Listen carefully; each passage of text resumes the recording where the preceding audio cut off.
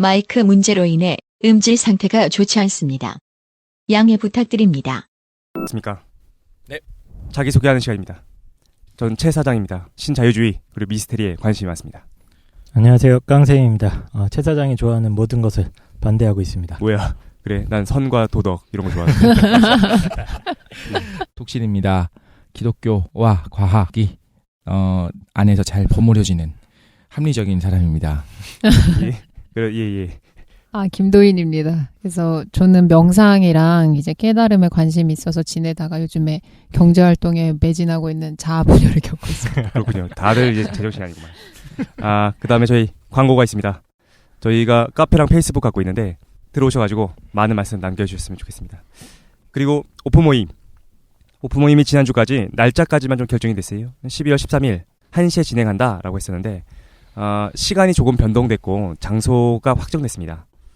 그러니까 시간은 30분이 늦춰져가지고 12월 13일 토요일 날 1시 반부터 4시까지 2시간 반 정도 진행하게 될 것 같고, 그 다음에 이제 장소는 홍대 잭빈인불이라는 카페가 있어요. 그래서 거기를 대여해가지고 진행할 예정입니다. 아직 뒤풀이는 결정이 안 돼가지고 더 결정되는 대로 진행을 하도록 하겠습니다. 그 다음에 또 우리 광고 들어온 게 있었나요? 네, 메일을 통해서 광고를 주셨는데요. 남선견과라고 이름을 들으면 아시겠지만 베리류, 견과류 이런 거를 판매하시는 분이세요. 근데 직접 우리 청취자 분이신 것 같고요. 건포도, 블루베리, 크랜베리, 아몬드, 캐슈넛을 비롯해서 다양한 견과류를 판매하고 계시고요.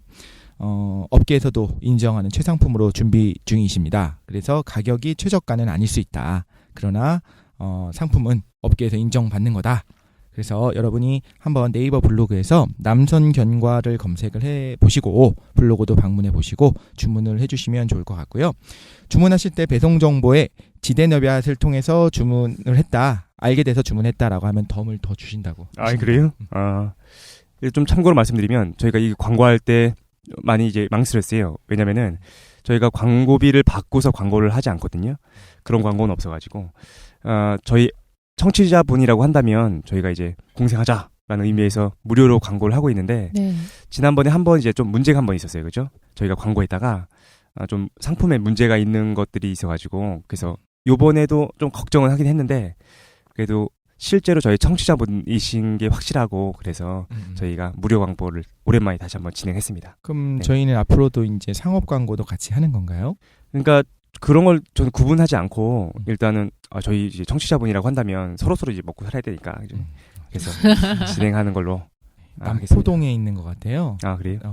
우리가 알고 있는 네네. 그 부산 남포동인가? 그렇군요. 051이면 051이요? 051이면 아무도 몰라. 몰라. 부산 맞아요, 부산. 네네. 부산에 한 맞나? 번도 못 가봐가지고.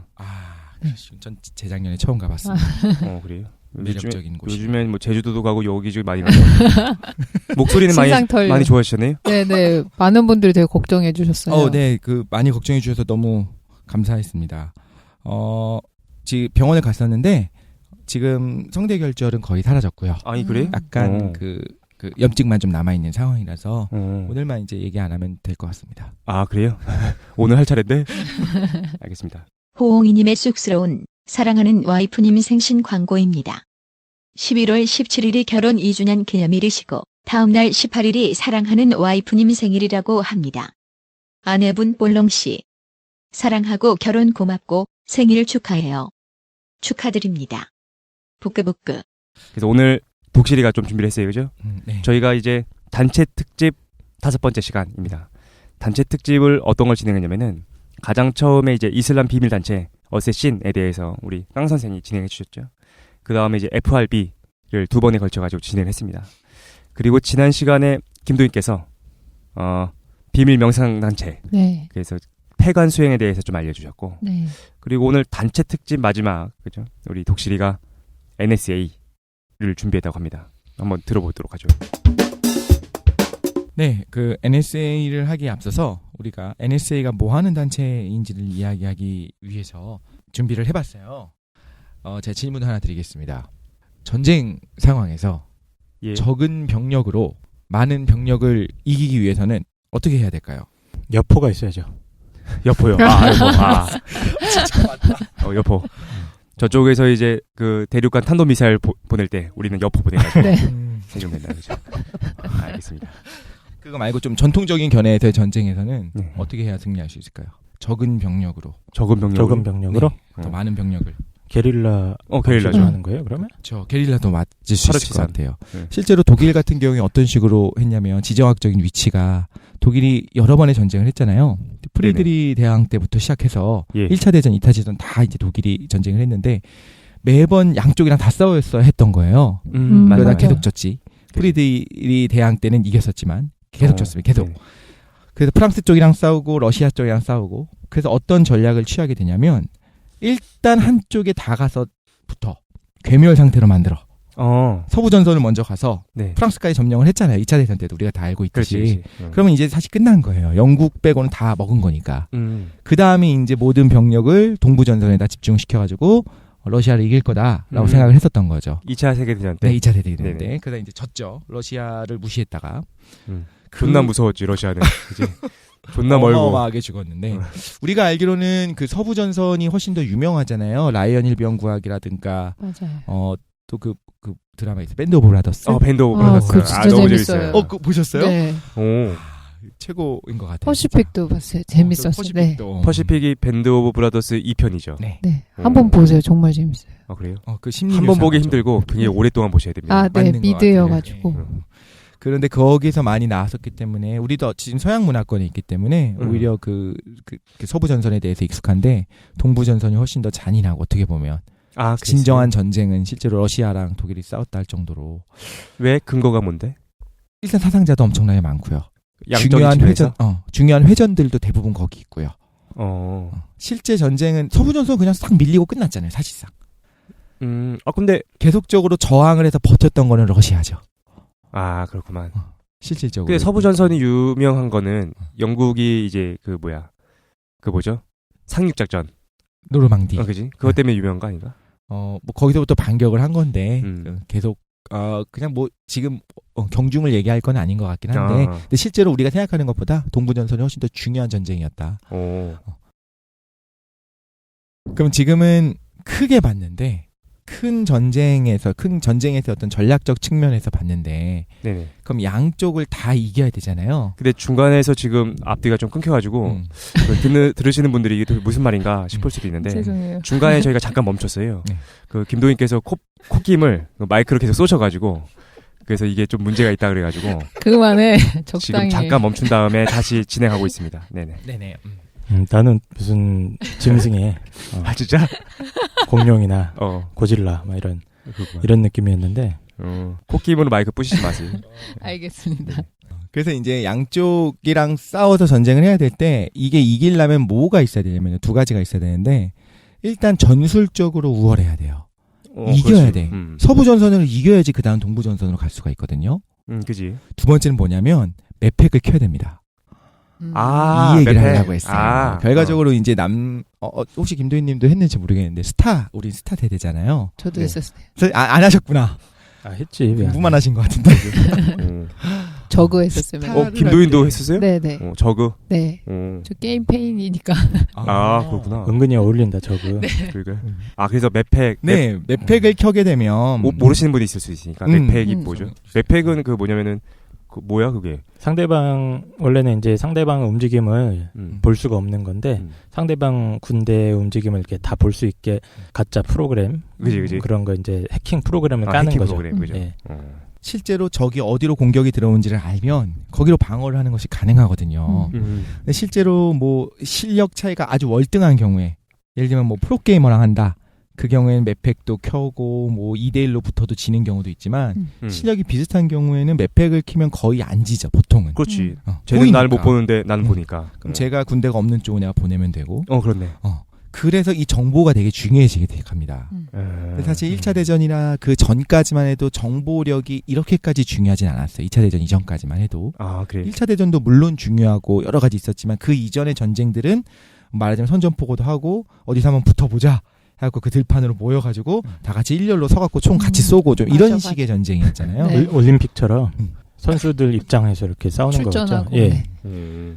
뭐 포병이 포를 쏘고 이런데 이제 포를 쏘고 있는데도 불구하고 그냥 보병대들이 그냥 서 있다가 풍지박산 나고 그런 경우에도 물론 전략과 전술은 필요하지만 기본적으로 지금 우리가 생각하는 어떤 대규모의 어떤 회전 같은 게 벌어지는 경우에도 맵팩의 중요성이 중요하지 않았다고 할 수 있겠죠. 그 당시에는. 그런데 현대로 오게 되면은 그걸 알아야 돼요. 어디를 공격하는지 알아야 돼요. 단적인 예가 아까 노르망디 상륙 작전을 말씀하셨는데 노르망디에 상륙할 거라는 거를 알고 있었다면 막을 수 있었다는 거죠. 충분히. 사실 상륙 작전이 실패하기가 되게 쉽거든요. 그렇지. 그래서 우리가 인천 상륙 작전이 위대하고 대단하다. 위대하다? 대단하다. 이렇게 이야기를 하고 논란이 많긴 하지만 논란이 많긴 하지만 그 작전으로서 봤을 때는 이제 성공적인 작전이었고 그렇지. 성공률이 높지 않은 거였으니까. 그리고 노르만디 상륙 작전도 그에 훌륭하게 성공했기 때문에 사실 어떻게 보면 연합군이 이길 수 있었던 어떤 기틀이 됐잖아요. 그 상륙 작전은 이제 사실은 숫자적으로 많을 때 네. 자기 희생을 감수하고서 진행하는 거니까. 그렇죠. 그죠. 근데 그거를 방어를 하기가 쉬워요, 그냥. 그지. 기관총대가 기관총만 있다든가. 해놓으면 되지. 실제로 우리가 알고 있는 그런 유명한 오마하 비치 같은 맞나요? 오마하인가? 오바마인가? 오바마? 오마하 비치 오마하 비치 같은 경우에도 기관총회에서 엄청 막 썰려 나갔잖아요. 그걸 생각해 보면 정보라는 게 너무너무 중요하다는 거죠. 그래서 이제 1차 대전, 2차 대전부터 뭐가 되냐면 거짓 정보들도 막 흘립니다. 사실은 노르망디에 상륙할 거였으면서 상륙을 할 거라는 거는 독일도 알고 있었거든요. 당연히 상륙을 하겠지. 모토각에서 반격을 해야 되는데. 근데 다른 지역인 것처럼 얘기하고 그걸 독일 스파이에게도 흘리고 계속적으로 그걸 합니다. 이런 식으로 기만, 전쟁에서 이게 너무너무 중요하다는 거죠. 평양에 상륙한다. 이렇게. 평양이 어디냐? 막 찾고 막. 생각해보면 인천에 상륙한다는 것도 인천은 상륙 작전이 실제 불가능하다고 사람들이 얘기를 했었어요. 첫 번째 일단 서울이랑 너무 가까운 것도 있고 설마 여기 상륙하겠냐도 있겠지만 조수간만의 차가 너무 크기 때문에 상륙전이 그래요. 인천이 굉장히 심하죠. 그렇지. 상륙정이 와서 붙어야 되는데 저기 뻘밭이 돼 있다. 나간다면 저 멀리서 상륙이 끝나면 거기서 200m, 300m를 뛰어와야 되잖아요. 그럼 기관총 진지만 있게 되면은 그건 상륙을 못 하는 거예요. 그런 상황이었기 때문에 위험한 걸 하고네. 그렇죠. 실제로 그 한국 전쟁사를 보면은 인천에 상륙할 것이 아니라는 정보들을 흘리고 계속적으로 남쪽에 원래 저기 동쪽 해안 함경도랑 이쪽 방어를 하고 있었어요. 북한 쪽에서는. 그쪽으로 올 거다. 그쪽으로 올 거다. 거기에 왜냐하면 들어가기 쉬우니까 훨씬 동해 쪽으로 오니까. 그렇죠. 네. 물도 깊고 그쪽이랑 뭐 전라도, 충청도 그쪽 아래쪽 있잖아요. 아래쪽도 계속적으로 후보를 실제로 세워놓고 계속적으로 거짓 정보를 흘린 거예요. 자, 그럼 여기서 뭐가 나오느냐? 정보를 어떻게 교환하느냐가 문제가 되는 것 같아요. 그럼 예를 들면 독일군이 러시아를 딱 쳐들어갈 때 2차 대전 때 그때 이제 재밌는 얘기들이 있어요. 모든 군대는 그래서 암호를 사용해서 이제 이야기를 하게 되거든요. 암호 시스템을 사용해서 들키면 안 되니까. 그런데 이런 일화가 있어요. 이제 재미있는 일화고 어떻게 보면 좀 세련되지 못했었던 대응의 일화가 되는데 경직된 군대에 대한 일화예요. 독일이 소련이랑 그러니까 러시아랑 불가침 조약을 맺었었잖아요. 그죠. 그런데 그거를 싹 무시하고 히틀러가 이제 침공을 하기 시작합니다. 소련을. 그 순간에 그 경계에 있었던 국경에 있었던 군인들이 독일 애들이 쳐들어오자마자 뭐라고 이야기를 하면 독일 애들이 쳐들어왔다라고 무전을 보내요. 그랬더니 저 후방에서 너네 미친 거 아니야? 암호로 얘기하지. 암호로 이야기하지. 라고 하니까 다시 그 최전방에서 그 똑같은 말을 독일이 침공했다. 이걸 암호로 다시 이야기를 했더라는 이런 이야기들이 있어요. 이게 뭐가 문제일까요? 그러니까 암호의 본질을 잃어버리고 그 형식화되어 있다는 건 문제인가요? 그것도 문제가 되고 여기서 되게 오늘 중요한 내용이 나오는데 암호 해독의 실마리를 주게 됩니다. 그렇지. 그렇구나. 멍청한 거야. 독일 침공 이게 암호화 시키면 뭐가 되는지를 알려주는 거잖아요. 그렇지. 그렇구나. 그 알고리즘의 힌트가 되는 거죠. 그렇죠. 뻔히 당연히 근데 침공했을 때 이상한 얘기 하진 않을 거 아니에요. 그렇지. 그렇죠. 근데 그런 것들을 암호화해서 보내는 것이 문제가 될 수 있다는 거죠. 그럼 지금 뭘 얘기하려고 하느냐? 암호라고 하는 것이 전쟁에 있어서 얼마나 중요한가를 이야기하려고 하는 거고. 이야기하면서 오늘의 주제는 NSA가 되는 그렇죠. 겁니다. 그럼 NSA가 암호랑 무슨 상관이냐면 이제 결론부터 얘기하자면 이겁니다. 실제로 2차 대전 때 굉장히 많은 암호 해독 부대들이 있었어요. 그리고 그 암호 해독 부대들로 인해서 일본과 독일의 암호를 완전하게 해독을 하거든요. 독일이 갖고 있었던 애니그마라고 하는 암호 기계가 있는데 그걸 해독을 했었었고 미국에서 미국과 영국, 뭐 폴란드 이런 데서 이제 연합해 갖고 근데 그 독일은 자기네들이 패망할 때까지 애니그마가 해독되는 걸 몰랐습니다. 아, 그랬어. 결국 이건 뭘 말하는 거냐면 맵팩을 켜고 있었던 거예요. 모든 정보들을 다 알고 있었어, 연합군이. 그럼에도 불구하고 또 자기네들이 우리가 스타에서 혹시 맵팩을 켜보신 분은 알겠지만 그게 이제 또 내가 맵팩을 켰다는 거를 알려주면 좀 민망하잖아요. 그렇지. 그래서 또 그거를 기만하기 위해서 일부러 이게 애들이 주력 부대가 오는 게 보이고서 또 딴 데로 보내기도 하고 그래요. 무슨 말인지 알겠어. 그러니까 너무 딱딱 들어맞게 우리가 행동하면 네. 이게 해독되는지 알고 있으니까 그렇죠. 일부러 좀 틀리게끔 한다는 네네. 거죠. 암호를 해독하고 있는 걸 알게 되면 똑똑하다. 암호 기계를 바꿔버릴 수가 있거든요. 그러니까. 시스템을 바꿀 수가 있고. 그래서 어떤 일례가 있냐면 영국에서 9대의 순양전함이었나? 그때 구축함이었나? 그 독일이 갖고 있었던 그 수송선이었나? 정확히 기억이 안 나요. 그 배가 어디로 움직이는지 다 알고 있었어요. 그 중에서 7척만을 없습니다. 격침을 시킵니다. 2척은 놔둘라고. 왜냐하면 9척을 전부 다 격침을 시켜버리면 티가 나잖아. 그렇구만. 그런데 우연히 사실 또 재밌는 역산시 재밌는 게 7척을 격침을 시킨 다음에 2척을 우연히 지나가던 영국 군함이 또 발견해서 격침을 시켜서 다 죽었어. 결국에는 9척을 다 격침을 시키는데 독일에서는 우연이다. 애니그마는 이게 코딩 됐을 리가 없다. 디코딩 됐을 리가 없다. 해독됐을 리가 없다. 이런 식으로 이게 대응을 하게 됩니다. 그래요? 조금 있다가 애니그마도 설명해 주실 건가요? 간단하게 설명을 하려고 해요. 아. 근데 이것도 마찬가지로 시청각 자료 없이 네네. 청각 자료만으로 이걸 이해할 수 있을지 좀 힘들 것 같은데 핑계대지 말고 해봐.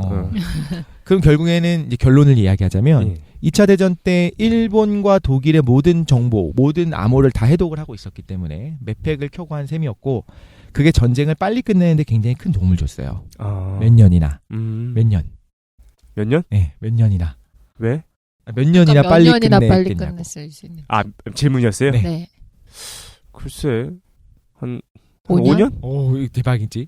실제로 2차 대전이 몇 년 정도였는데 5년이면 굉장히 긴 거잖아요. 아, 네. 그러네. 그렇죠. 2차 대전 자체가 39년부터 45년까지 있었어요. 그러니까 6년인데 음. 실제로 3년에서 5년 정도를 빨리 끝냈다고 봐요. 반으로 줄인 거예요. 그럼 암호 해독을 했기 때문에 그럼 그 6년 동안 죽은 사망자가 2차 대전이 거의 뭐 인류 역사상 전쟁사에선 거의 최대잖아요. 매번 그렇죠. 세계대전 때마다 커졌지만 그 5년 동안 살린 생명만 해도 수천만 명 이상이 되는 거예요. 크게는 1억 명까지 될 수 있겠죠. 그거를 이제 미국이 압니다.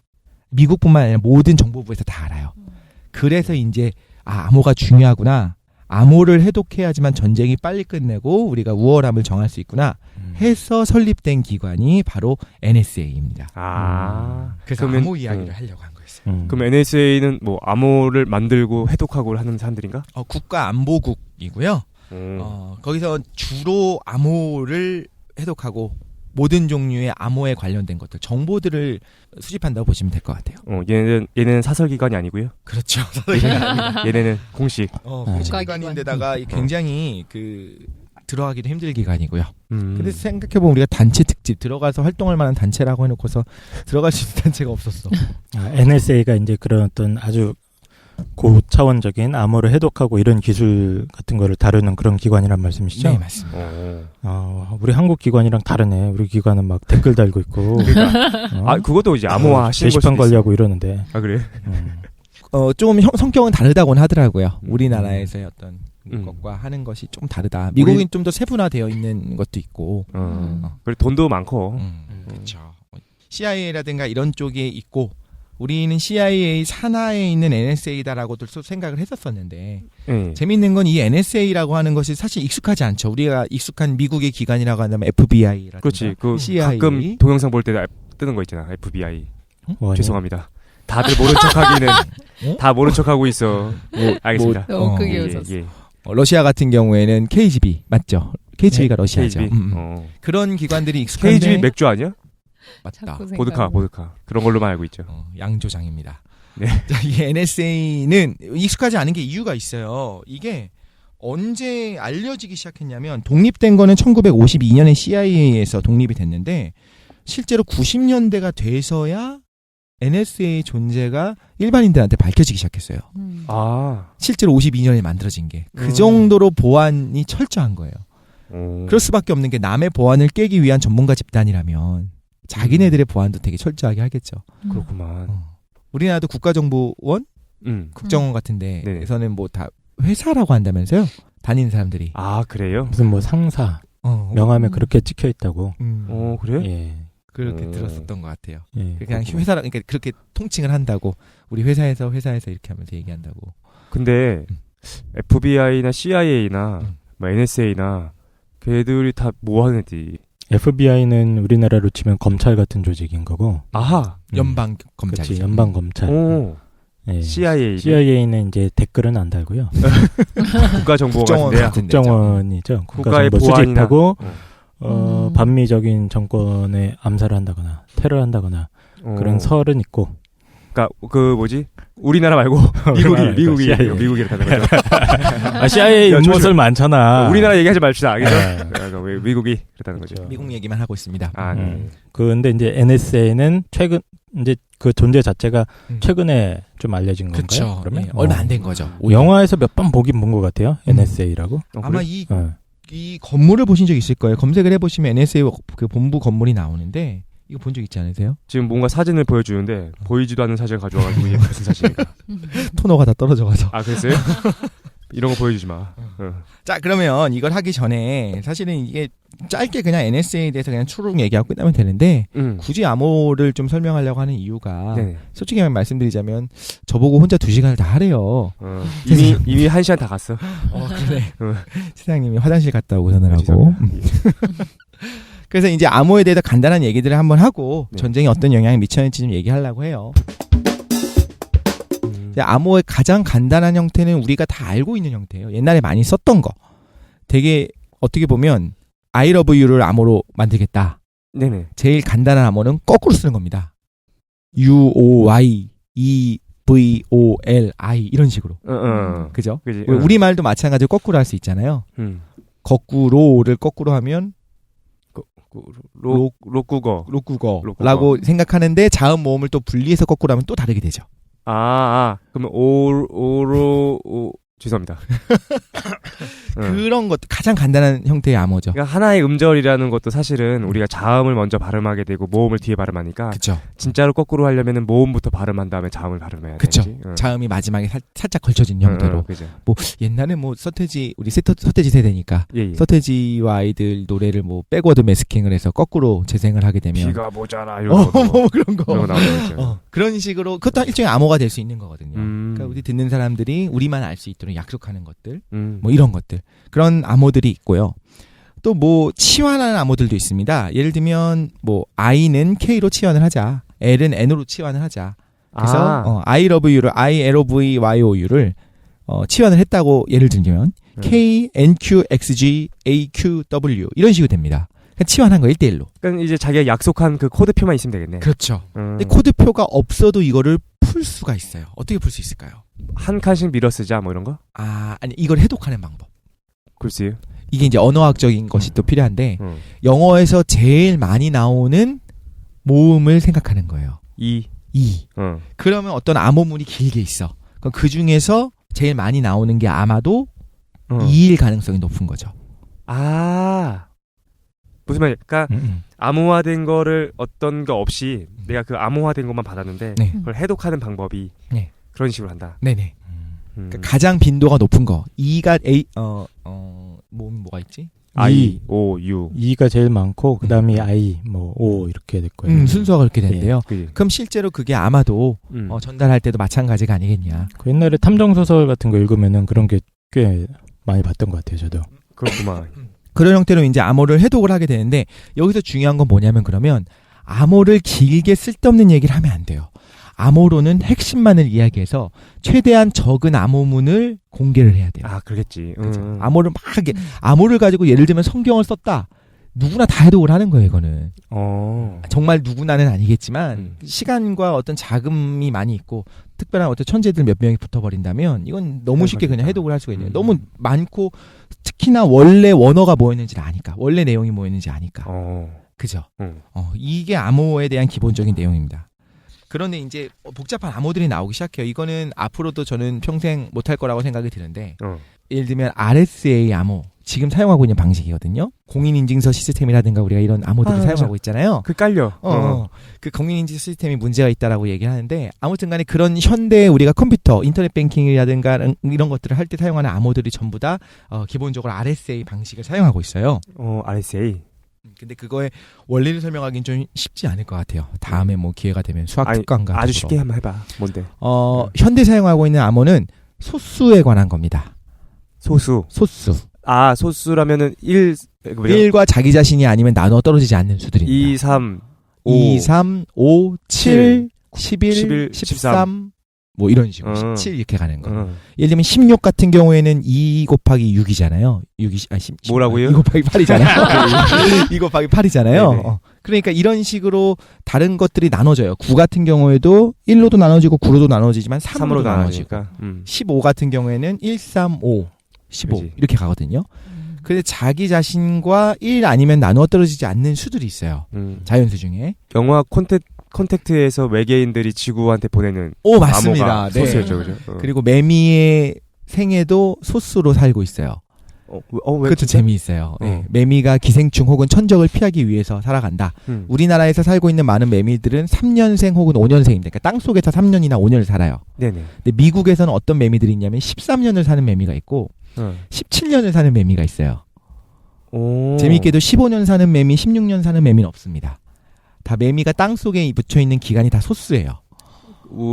외계인이 우리한테 뭔가 암호를 보내고 있는 거예요. 그죠? 매미 암호. 매미 지능설. 지적. 근데 우연일 수도 있고. 그렇죠. 그렇게 선택이 됐겠죠. 그렇게 속가진 거겠죠. 자, 이 소수가 지금 우리가 쉽게 찾았잖아요. 13, 17, 그 다음 19 이런 식으로 쉽게 찾을 수가 있는데 수가 커지면 힘들어집니다. 소수를 찾는 것이. 아이고, 그렇겠네. 거기다가 소수를 찾았다 하더라도 소수와 소수를 곱했을 때 원래 뭐였는지를 알아내는 거는 거의 불가능에 가까워지기 시작해요, 이제. 무슨 말인지 알겠어요. 우리가 컴퓨터가 계산 능력이 되게 크다고 생각하잖아요. 네네. 근데 실제로 컴퓨터의 계산 능력으로도 소수를 계산하는 건 거의 불가능에 가까운데 현대 슈퍼컴퓨터를 사용하더라도요. 네네. 예를 들면 잠시만 하나 계산을 한번 해볼게요. 우리가 13이랑 17이라고 하는 것이 지금 소수라는 건 알고 있어요. 네네. 그럼 13과 17을 곱하면 221이 나옵니다. 예. 그럼 221이 뭐와 뭐의 곱이냐라고 물어보면 이거 대답이 힘들어져요. 그렇구만. 221이 일단 3으로 나눠 떨어지는지 봤더니 안 나눠요. 4로는 할 필요 없죠. 다 일일이 나눠봐야 되는구나. 다 해야 됩니다. 근데 그 숫자가 만약에 많이 큰 거면 얼마나 크냐면 100의 자리가 넘어가는 경우에. 그렇구만. 221일은 3자리죠. 네네. 5자리가 되면 이제 만대가 되는 거고 100의 자리가 넘어가는 경우에는 사실상 어떻게 해야 되냐면요. 수학적 방법을 통해서 소인수 분해를 할 수 있는 방법이 없습니다. 찾아야 돼요. 원래 소수가 뭐였는지 2개를 알아내야지만 알 수 있어요. 그게 얼마나 오래 걸리냐면 현대에 있는 슈퍼컴퓨터로도 현대 암호 체계를 깨는 데까지는 몇십 년 이상 걸립니다. 최소한 몇십 년 이상. 그러니까 이건 안전한 거예요. 아니 그렇게 완벽한 암호 체계를 만들어 놓고 개인 정보는 다 유출되고 있고 정보는 개판이야. 진짜 그러네 생각해보니까. 근데 어쨌든 재밌는 게 예전에 모자를 아내로 착각한 남자에서 독특한 쌍둥이 나오지 않나요? 네네. 그 쌍둥이들이 뭐 하냐면은 그거 봤는데 미친 애들이야. 약간 상태가 안 좋은 애들인데 둘을 이렇게 앉혀놔. 그럼 둘이서 가만히 있다가 한 몇 시간 지나면 한 명이 그냥 숫자를 말해. 뭐 3, 5, 2, 4, 8 이렇게 막 얘기하면 다른 애가 놀래. 그러다가 한참 있어. 그러다 딴 걸 또 하다가 또 조금 지나면은 그 다음 애가 얘기하는 거야. 2, 4, 8, 4 막 얘기하는 거야. 소수 말하기 게임인가요? 소수 말하기 게임을 하고 있는 거예요. 그래서 굉장히 긴 소수들을 찾아내는데 그게 눈에 보인다고 걔들이 얘기던데. 눈으로 찾는 거래. 눈으로 이렇게 봐서 찾는다고 하더라고. 야, 그거 들으면 약간 머리카락이 쭈뼛쭈뼛 서는 게 이게 어떤 의미인지를 알려면은 사실 이제 수에 대한 이해가 있어야 되거든요. 그렇지. 소수를 찾는다라고 하는 거에 대해서. 그럼 예를 들면 굉장히 커다란 소수를 하나를 찾았어요. 그럼 그 서번트 신드롬인 아이가 그 맞아. 다음 거를 찾으려면 원칙적으로는 다 나눠봐야 되는 거예요. 그 전에 있었던 모든 소수들로. 근데 자기가 노력하지 않아도 그게 다 보이는 거예요. 그치? 그렇죠. 우리는 그런 수학적 메커니즘을 얘기하는데 그들은 그냥 되는 거예요. 설명할 수 없어. 그래서 제가 그래서 생각하는 게 이거 좀 딴 얘기긴 한데 인공지능이 가능하겠냐. 인간의 뇌가 이런데 그런가? 우리도 지금 이해하지 못할 정도의 어떤 그냥 단순한 어떤 네트워킹으로서 이게 작용을 하고 있는데 어떤 알고리즘을 집어넣는 것이 결국에는 인공지능은 알고리즘을 집어넣을 거 아니에요. 그렇지. 그럼 실질적으로 사람이랑 굉장히 근접한 알고리즘을 가지는 애들이 있을 수 있겠지만 문제는 사람은 알고리즘을 갖고 있지 않다라는 거죠. 사람의 두뇌 체계는. 모르지 뭐 너무 복잡한 알고리즘일 수도 있고. 그럴 수도 있죠. 그지. 그걸 사람이 양자 단위에서의 알고리즘이나. 그럴 수도 있죠. 정말로 이게 좀 어려운 내용인데 재밌다. 근데 어제 아까 얘기 좀 하면 그 라마찬드란 박사가 그걸 알아냈어.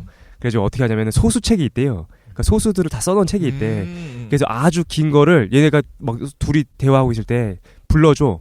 5, 4, 8 했더니 얘 쌍둥이 놀래. 놀더니 그다음부터 찾는 거예요. 그래서 그런 얘기 나와요. 라마찬드란 박사가 쓴 건 아니잖아요. 라마찬드란 아닌가?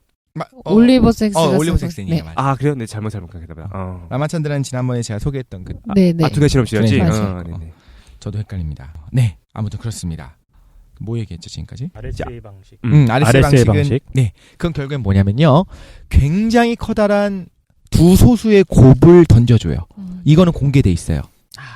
그냥 그건 누구나 봐도 돼. 굉장히 커다란 두 소수의 곱인데 이거는 뭘로 소인수 분해가 되냐면 그 두 소수를 찾아야 됩니다. 그게 아닌 다른 걸로 안 떨어지는 거예요.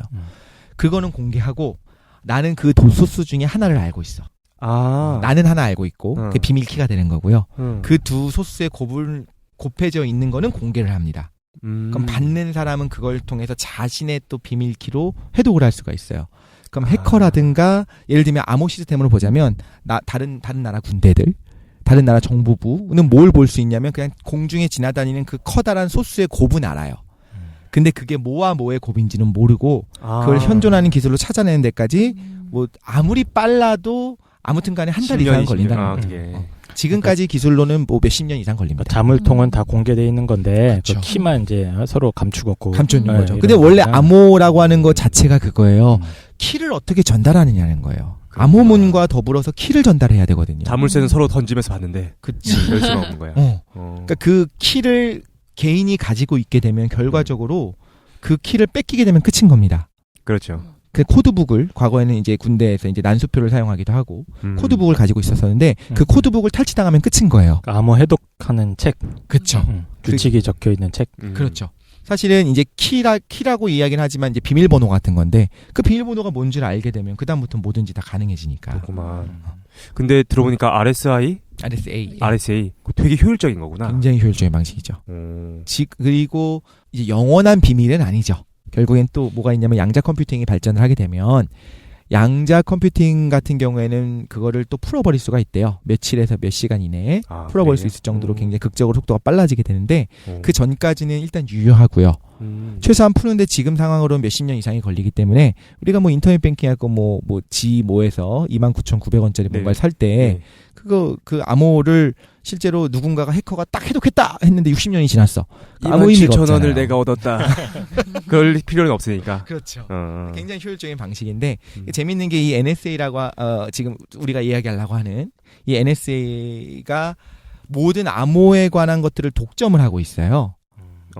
그건 이제 뭐 법적으로 외부 유출을 안 하게 하고 자기들의 리그가 있는 거예요. 내부에 학회가 있고 실질적으로 세계에서 가장 많은 수학자를 고용하는 단체입니다. 석사 이상의 인력이 수만 명 있는. 그래. 그러니까 그 자기네들 내부에서 그 안에서 이제 학회가 있고 그 안에서 발표를 하는 거예요. 암호에 대해서. 돈이 많아야 돼 일단. 돈이 많아야죠. 돈이 많고 권력이라고 해야 될까요? 그 명예가 주어져야 들어가겠죠. 실제로 우리가 생각하는 것보다 제 생각엔 그래요. 특히 이제 그 순수 수학을 하는, 저는 이제 수학을 안 하기 때문에 잘 모르겠는데 정말 순수 수학을 하는 사람들은 돈 때문이 아니라 그냥 수학이 좋아서 그런 사람이 매진하는 사람이 많을 거라고 보거든요. 그럼 그분들한테 있어서는 외부에 있는 것보다 당연히 페이도 써야 되겠지만 그것뿐만 아니라 그 안에서의 어떤 권위가 인정돼야지 그 안에 들어가서 하는 거거든요. 그리고 예전에 김도희님 말씀하신 것 중에 뭐 수학자가 가장 행복하다고 뭐 그런 말씀 하지 않으셨나요? 네. 실제로 수학자들이 그 여러 직업 중에 예술가가 가장 불행하고 행복도에 대한 평온감을 느끼는 게 수학자나 과학자 집단이 가장 크대요. 왜 그러냐면 이 사람들은 자기가 믿는 진리에 대해서 증명 가능한 거예요. 남이 인정해주지 않아도 실제 자기가 증명할 수 있기 때문에 남들의 시인이 필요하지 않은 거예요. 근데 예술가들은 자기 예술 작품에 대해서 뛰어나게 이제 네 예술 작품 정말 대단해라고 자기 스스로 생각해도 동시대인들의 시인이 기복이 있는 거예요. 진짜 그 천재가 당대 인정받을 때도 있지만 천재가 그냥 불운하게 살다 죽는 경우도 많잖아요. 자살하거나. 네. 그러면 그 사람은 불행해지는 거예요. 그래서 실제 이 책이 아담 스미스 도덕 감정론 이제 분석을 하는데 거기서 나온 책이야? 예, 예. 내용이야. 그래서 실제 과학자들은 수학자들은 파벌을 가장 이루지 않는 이제 직업군에 속하고 왜냐하면 파벌을 이룰 필요가 없는 거예요. 자기의 그냥 진리를 증명하는 것만 계속 하면 되는데 예술가들은 파벌이 없으면 자기에 대한 작품의 인정을 받기가 어려우니까 당대 그게 굉장히 강하대요. 그럴싸하다. 네. 너무 설득적이네요. 역시 이과로 가야 돼. 그러니까 행복하려면 이과로 오십시오. 뭔가 통쾌해야 문과는 되고 예술이든 뭐든 정치할 수밖에 없어요. 그죠? 종교인은 어떤가요? 지금 얘기를 들으면서 생각했는데 종교인들도 외부의 인정이 없더라도 내적인 확신과 내적인 평안이 있을 것 같은데. 그렇겠구나. 네, 그래서 근데 그걸로 직업군은 아니니까. 종교인이 왜 직업군이 아니야? 종교인도 상위권으로 어. 항상 체크됐던 것 같아요. 그쵸. 저도 비슷한 기사들을 좀 봤는데 예. 평균 수명은 거의 제일 길었던 것 같아요. 네, 네. 애들이. 오래 사시는구만. 근데 어쨌든 근데 핵심은 그거네. 그러니까 타인한테 이제 증명받을 필요가 없으면 그 직업에서 만족도를 느끼고 행복을 느낄 수 있는데 네, 맞아요. 타인으로부터 평가를 받아야 되는 사람들은 불행하다. 네. 지금 너무 깜짝 놀랐어. 막 머리카락이 쭈뼛쭈뼛. 왜 또? 그렇구나 싶은 생각이 드는 게 응. 이제 주변에 이제 수학을 하는 친구들을 보면 네네. 본인들이 그러니까 수학을 좋아하는 친구는 다 이걸 좋아해요. 결국에 본인이 어려운 문제를 풀었을 때의 쾌감을 좋아해요. 문제를 풀어냈을 때의 쾌감. 네. 그거는 남의 인정이 필요가 없는 거예요. 음. 그냥 물론 인정도 있죠. 소소하게 쟤는 수학 잘하는 애야 그러면서 쟤 되게 똑똑해 이런 인정이 있겠지만 그런 인정 없어도 돼요. 혼자 그냥 문제 풀면서 좋아하는 거예요. 진짜 인문대 대학원생들은 자기가 어떤 뭐 논문 주제나 이거를 뭔가 해답을 얻었을 때 굉장히 불안해합니다. 이것도 교수님한테 개 갈굼당할 것 같은데 이러면서 털려 막. 인문학이 불행한 것 같다. 그지? 그런 것 같아요. 그렇구나. 그렇죠. 수학 같은 게 그런 게 없는 게 사실 내가 풀었으면 푼 거예요. 맞아요. 누가 뭐 나한테 비난해봤자 내가 풀었는데 뭐 어쩔 거야. 그렇구만. 그리고 수학과를 나오면 이런 최고급 국가 정부기관에 취직도 된다. 그런데 취직도 미국은 한국은 사교육 시장. 그렇죠. 미국은 NSA. 이거. 그런 거죠. 네. 그러면 이제 암호가 전쟁을 어떻게 바꿨는지 한번 이야기를. 자, 그러면 1차 대개대전 때 암호가 어떤 역할을 했는지 사실 저도 이제 급히 조사를 한 거라서 조사를 그냥 발표하는 수준이에요, 여러분. 좀 죄송하지만 좀 감수를 해주셨으면 좋겠어요. 아니죠. 난 맨날 나 자기가 세계대전 관심 있다고 맨날 나한테 얘기해 줘. 그건 그런데 지금 이거는 쭉 그냥 읽었어요. 그랬어? 세계대전을 실제 건드리고 있는 것들이 세계대전은 뭐가 이기느냐 뭐 이렇게 생각을 하잖아요. 뭐 보통은 이제 2차 대전 바들이 있어요. 그래요? 독일 바가 있어. 독일 바. 나치의 어떤 사상을 좋아하는 사람은 뭐 별로 없다고 봐요. 근데 독일의 군복이 멋있고 독일의 기술이 최강이었다라고 생각하기 때문에 그냥 너무 좋아하는 거야 독일군을. 그러니까 독일의 윤리적인 면 말고 그 외형적인 면을 그렇죠. 좋아한다. 외형적인 면. 밀덕이지 밀덕. 밀덕. 밀리터리 덕후들이 있죠. 그리고 실제로 멋있다는 생각, 최강의 군대다 뭐 약간 이런 느낌?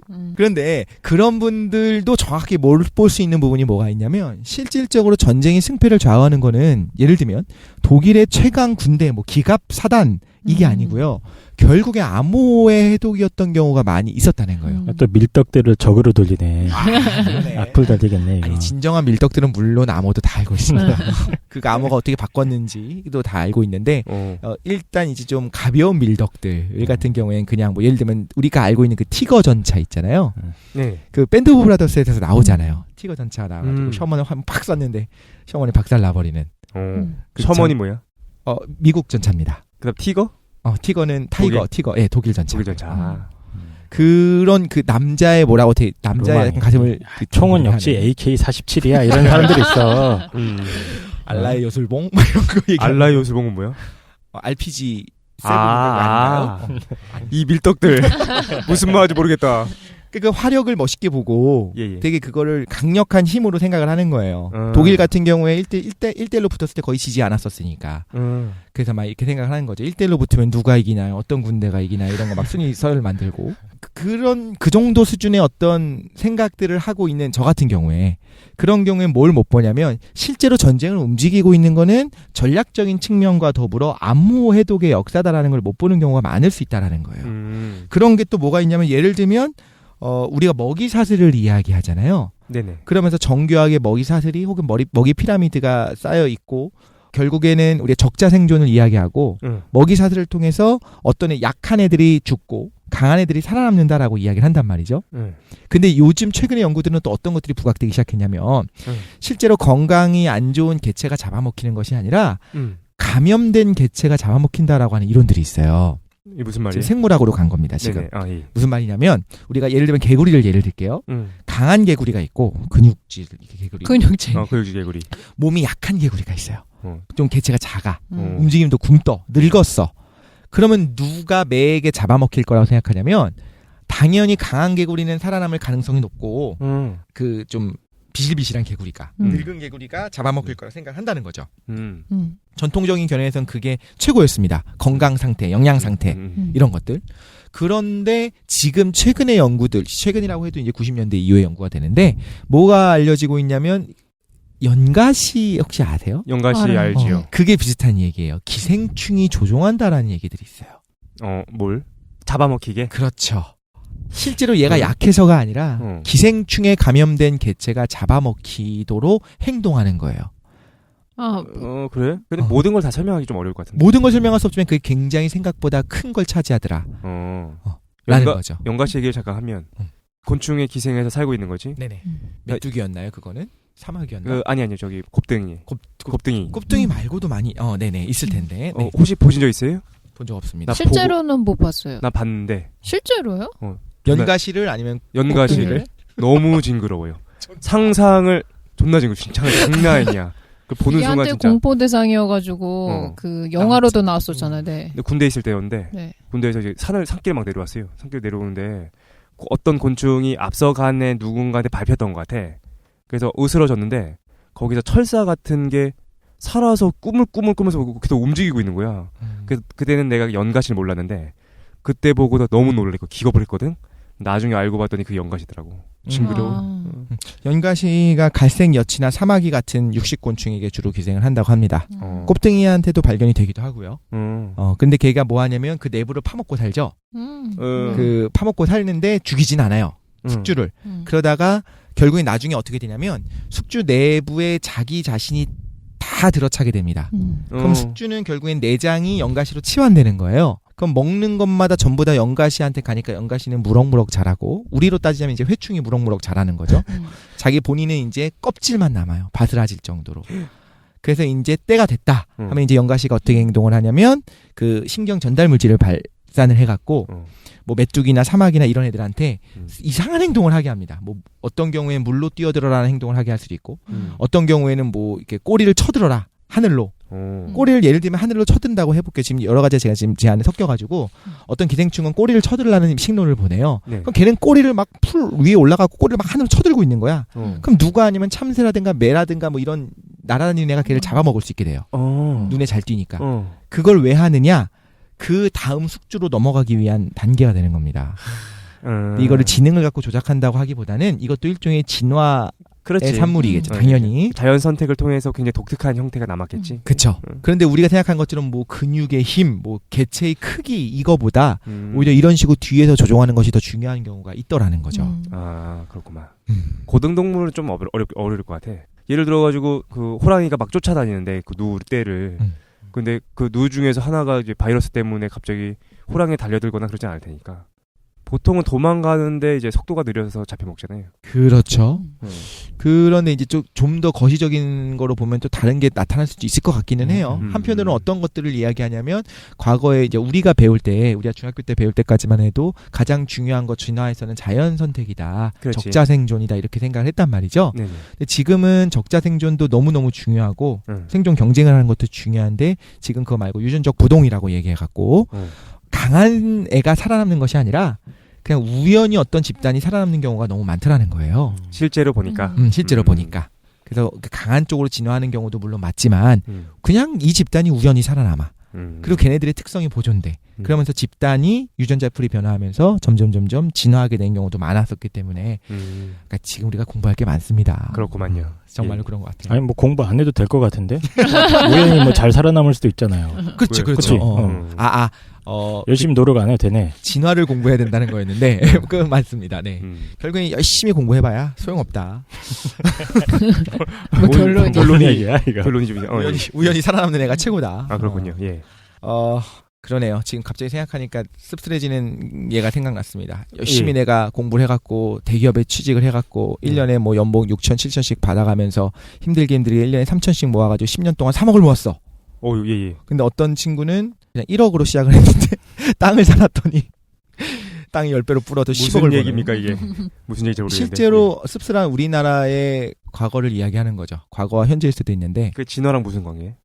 땅을 안 샀다는 거죠, 독실님은. 그러니까 실제로 뭔가 이렇게 살아남기 위한 성실함을 우리가 최고로 쳤었는데 실제 부자들을 보면 그냥 우연한 기회에 땅을 갖고 있었더니 그렇지. 그 사람들을 폄훼하는 건 전혀 아닌데 실제로 제가 어렸을 때 살던 그 지역 근처도 봐도 다 논이었어요. 지금은 완전히 아파트촌이 다 들어섰거든요. 잠실이네 쪽으로. 그 논 농사를 짓던 분들이 그냥 알부자가 되는 것들이에요.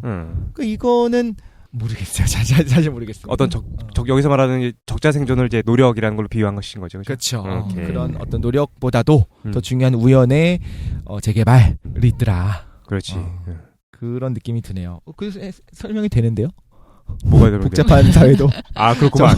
적자 생존, 열심히 공부해라, 뭐 열심히 운동해라 이런 건 필요 없고 운이다. 운이다.